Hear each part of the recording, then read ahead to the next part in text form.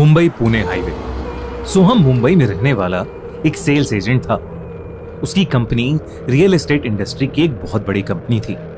सोहम ने एक कंपनी कुछ ही महीने पहले ज्वाइन की थी, मगर उसकी लाइफ का गोल था ढेर सारे पैसे कमाना।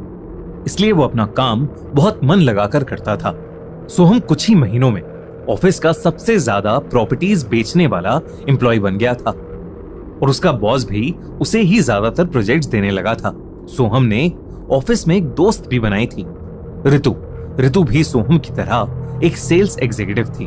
वो दोनों साथ में काफी वक्त बिताने लगे थे और एक दूसरे से प्यार करने लगे थे। एक दिन सोहम के बॉस ने उसे एक बहुत बड़ा प्रोजेक्ट दिया और उसे जल्द से जल्द वो प्रॉपर्टी बेचने को कहा। सोहम तुरंत ही उस प्रॉपर्टी के लिए बायर्स ढूंढने लगा। कुछ दिनों बाद सोहम को एक सूटेबल बायर भी मिल गया, मगर वो प्रॉपर्टी और वो बायर दोनों ही पुणे में थे। इसलिए सोहम का पुणे जाना बेहद जरूरी था। ये सोचकर सोहम थोड़ा परेशान हो गया, क्योंकि 2 दिन में ऋतु का बर्थडे भी था। सोहम ने प्लान बनाया कि वो ऋतु को क्लाइंट से मिलवाने के बहाने अपने साथ पुणे ले जाएगा और जब ऋतु और सोहम उस प्रॉपर्टी में पहुंचेंगे तब सोहम उसे वहां एक सरप्राइज देगा। उसने बिल्कुल वैसा ही किया। ऋतु के बर्थडे ईव पर सोहम उसे लेकर पुणे निकल गया। वो दोनों खूब एंजॉय करते हुए जा रहे थे। सोहम ने मुंबई पुणे एक्सप्रेसवे लिया। रोड को बिल्कुल खाली पाकर वो बहुत एक्साइटेड हो गया।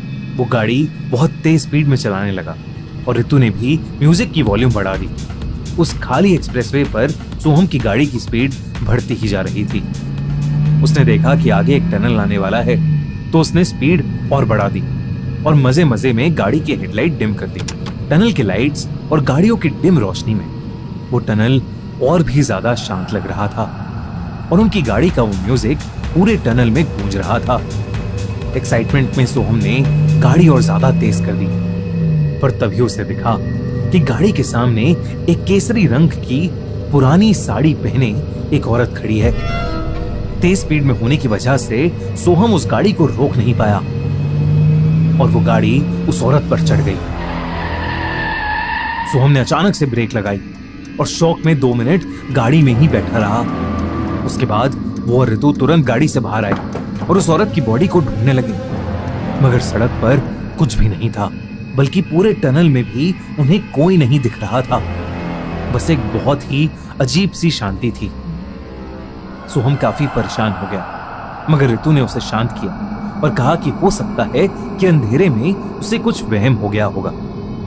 वो दोनों ये बात कर ही रहे थे कि सोहम ने देखा 12 बज चुके थे। ऋतु का बर्थडे शुरू हो गया था।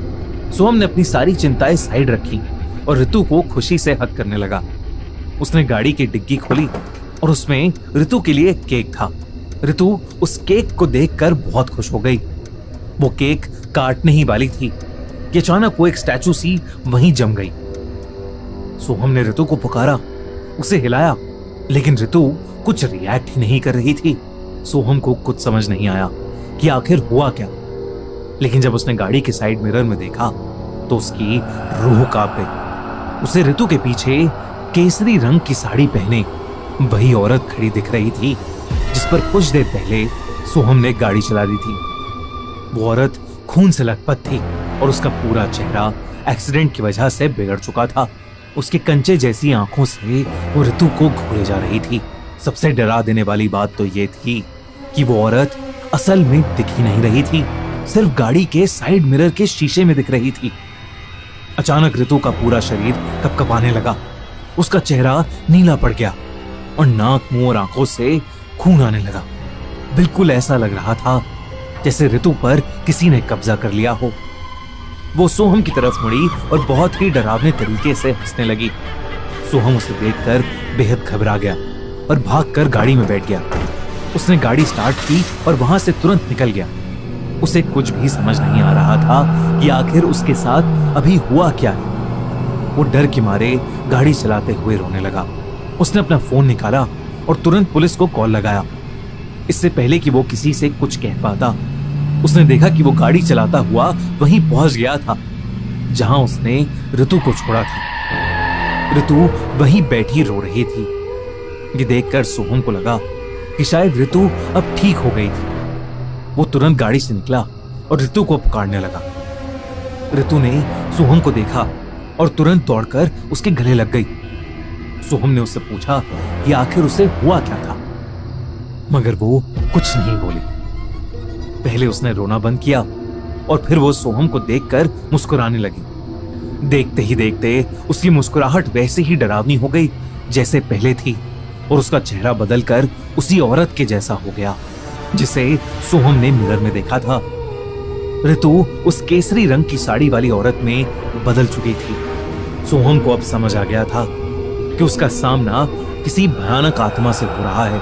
इससे पहले कि सोहम कुछ कर पाता, उस औरत ने सोहम का गला पकड़ लिया और जोर से चिल्लाते हुए सोहम का गला दबाने लगी।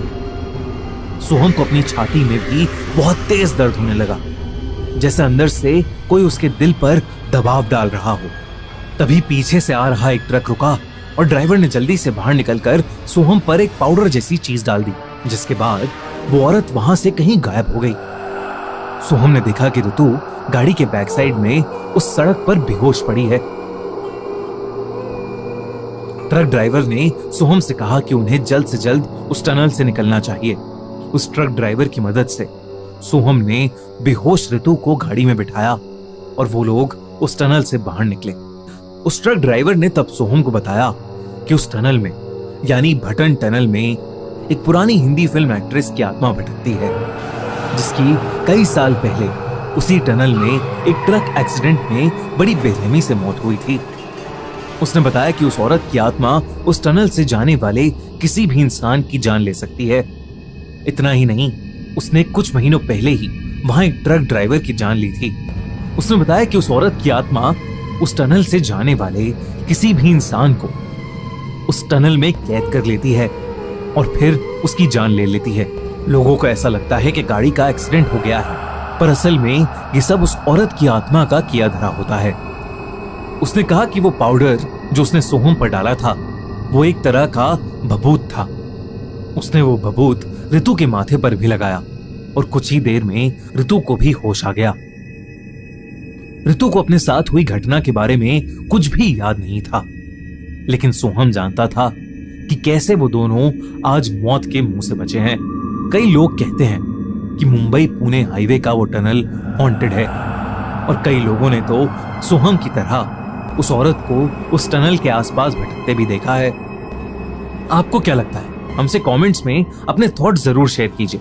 और हाँ, ऐसे ही दिल दहला देने वाली कहानियों के लिए हमारे चैनल खूनी मंडे को सब्सक्राइब करना बिल्कुल ना भूलें।